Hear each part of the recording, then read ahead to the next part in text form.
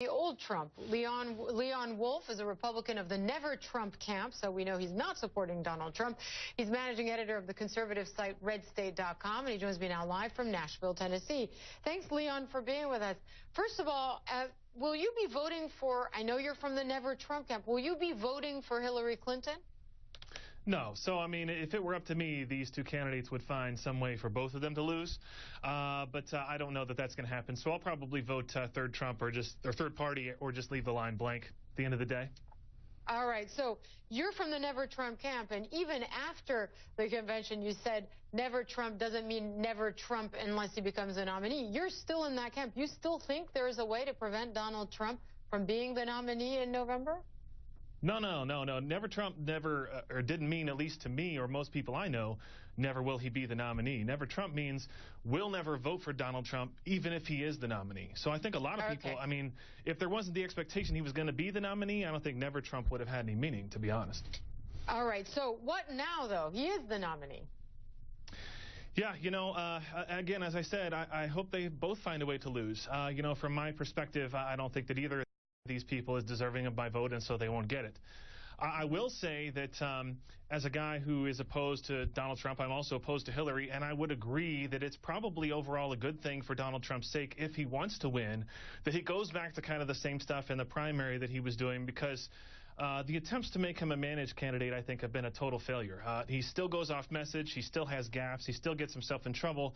He's just now boring and difficult to watch. So he still has all the bad stuff that he used to have, but now he's not the kind of the entertaining, charismatic guy that he used to be. And I think for his sake, I hope that this is a move that works out for him. Well, he's bringing in 2 new campaign staffers. Paul Manafort stays on, but he's clearly being sidelined. And we have the executive editor of Breitbart. What's he going to bring to the table, do you think, in your experience? Stephen Bannon is a borderline genius at selling a message to a certain segment of the Republican Party that Donald Trump already has in his camp. I think that I've been familiar with his work at Breitbart in the movie that he did about Sarah Palin a few years ago, which I watched at the time. I was still a Sarah Palin fan and thought, my gosh, who would watch this and think that it's good and entertaining and useful? But it really does strike a chord with that particular segment of the Republican base. Is he able to translate that to a wider electorate, to the kind of people who read Red State or National Review or independent voters or Democrats? I'm much more skeptical to that, but we'll see, I guess, as time goes on. Yeah, but also there's a new campaign manager, Kellyanne Conway. Clearly here, there is a sense within the campaign that something needs to change at the top, right? Yeah, but I don't know that this is necessarily the medicine that they need to take. And I guess in defense of the Trump campaign, this is what I'll say for people who are criticizing the Bannon hire, which I don't necessarily agree with. It's not what I would have done had I been in Donald Trump's place. But at this point, we're 85 days out of an election, and Trump is behind by 7 to 10 or 11 points. The chances of him winning are extremely low.